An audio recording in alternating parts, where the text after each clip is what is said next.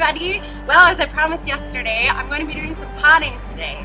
So you can see I got started on one pot that I did this awesome variegated geranium mixed with some cool lime green sedum and coleus. I'm working with what works well in our yard. We have a really shady yard and I only have a couple areas that get some bright sunlight like these geranium are gonna love.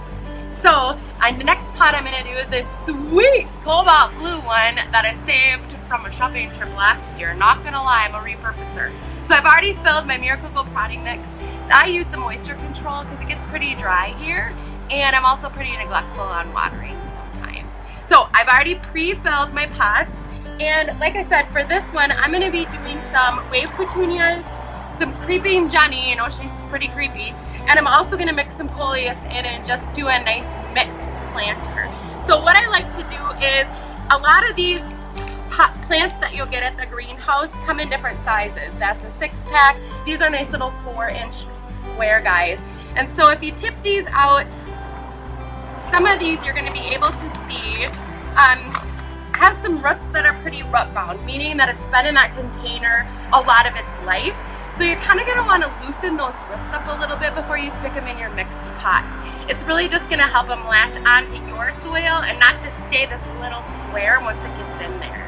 So once you've loosened that up, make a little nest or a little spot that's in there.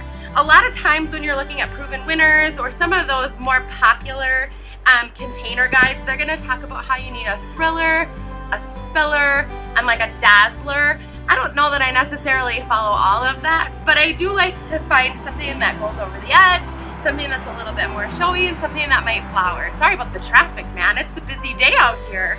So you can see I got my creeping Jenny in there. That's going to be a nice thriller, nope, spiller, but I do like the lime green. It is thrilling. So once I get that in there, I'm also going to do another one that's even on the other side. I don't know if I'm necessarily a symmetrical planter, but I definitely like to have consistency, as you can see when you look at my pots. So I'm going to stick these in there.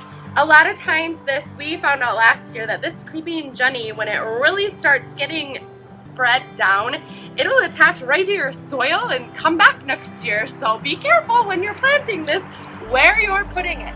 Okay, so I'm gonna get that in there. So now the next thing I'm gonna use are these wave petunias. I really love this like dark purple against the cobalt blue in my container and the lime green in the Jenny.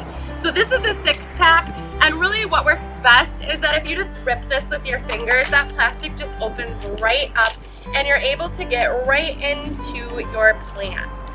Thank you, Rigby. I am so happy you are helping. Okay, so I'm gonna grab a little chunk out of my 6-pack and just kind of take a look. You know, you can probably deadhead before you stick it in there. And then I'm gonna, again, just make a little hole that I can nestle the depth of this down.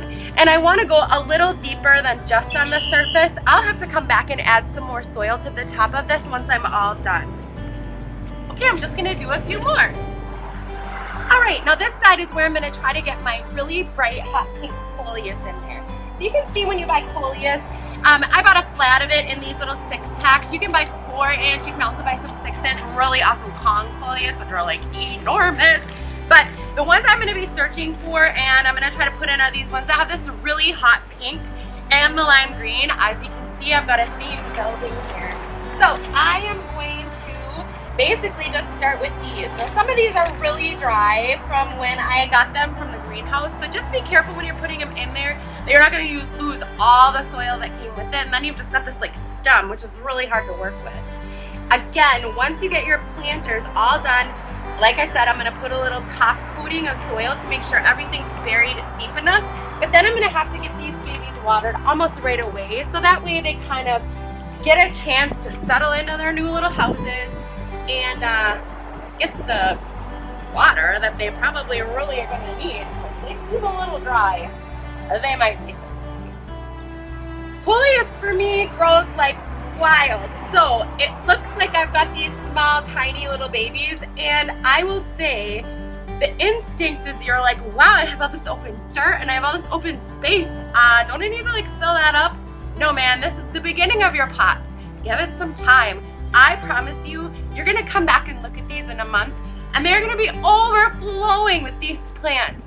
You're gonna probably fertilize once a month, just a nice fertilizer. Go to your lawn and garden store and just look for potted plant fertilizer.